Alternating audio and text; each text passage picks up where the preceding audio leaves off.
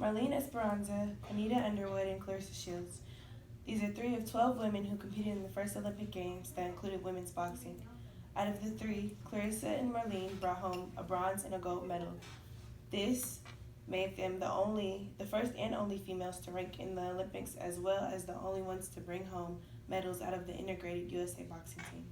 My goal is to enlighten you about the development and the improvement of female and amateur professional boxing. To begin, I want to discuss how women were included in the sport of boxing. 28th of January 2012, WNYC News lists the timeline of women's boxing starting in 1876, the first fight, to 2012, women in the Olympics. In 1876, the first recorded female boxing match in the United States took place at the New York Hill Theater. Nell Saunders defeated Rose Harland, in which she received a silver butter dish for her victory. Once 1904 rolled around, almost 30 years later, the Olympic Games introduced men and women's boxing as displayed events. Men's boxing was accepted and women's was not. Just a century more, Sweden was the first and only country to lift the ban on female amateur boxing. In 1993, the U.S. followed and lifts theirs. In 2009, the Olympic Committee lifts the ban on the exclusion of women in the Olympic Games, making 2012 the first year for women to compete in the Olympics. Now, in 2018, the official Golden Gloves Committee includes women after 56 years.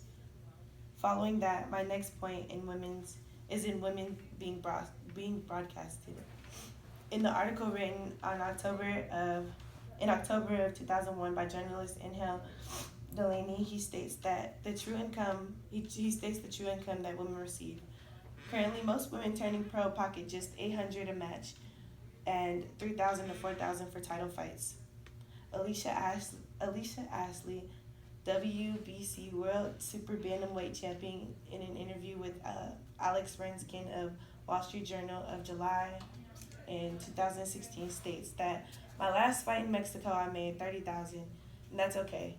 Compared to a guy that's a world champion, he's making $250,000 at the lowest scale. Say's Journal conducted a study that revealed that in the last 25 years, media coverage found that women's sports average less than 1% of airtime. Lastly, I will talk about the achievements made in women's boxing, starting with Amanda Serena. On August 8th of 2018, the 29-year-old Puerto Rican professional mixed martial artist and boxer made history as the only female to become a 6th Division world champion. She's the only Puerto Rican boxer to become a world champion by fighting in six different weight classes. Moving on to Clarissa Shields. At 23 years old, Shields, coming out of Flint, Michigan, went on to win 2 golds back-to-back in 2012 and 2014 in the Olympics. She is now in her professional career, carrying an undefeated record of 6-0 under her belt.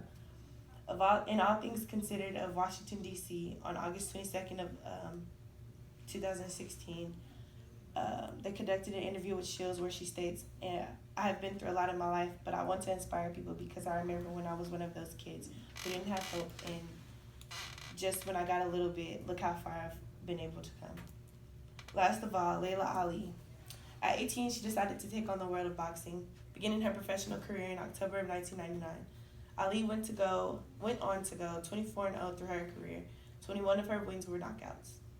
Women's boxing has a long way to go before we, female boxers, really get the credibility we deserve, states Ali in an article written by Kimberly Davis of Houston, Texas, in March of 2000. In conclusion, for women of boxing, the world is a newer place. The sport is slowly growing with each achievement that is made, for example, the Olympics. Limitations and certain rules are still in effect for women, but are slowly but surely being eliminated with time.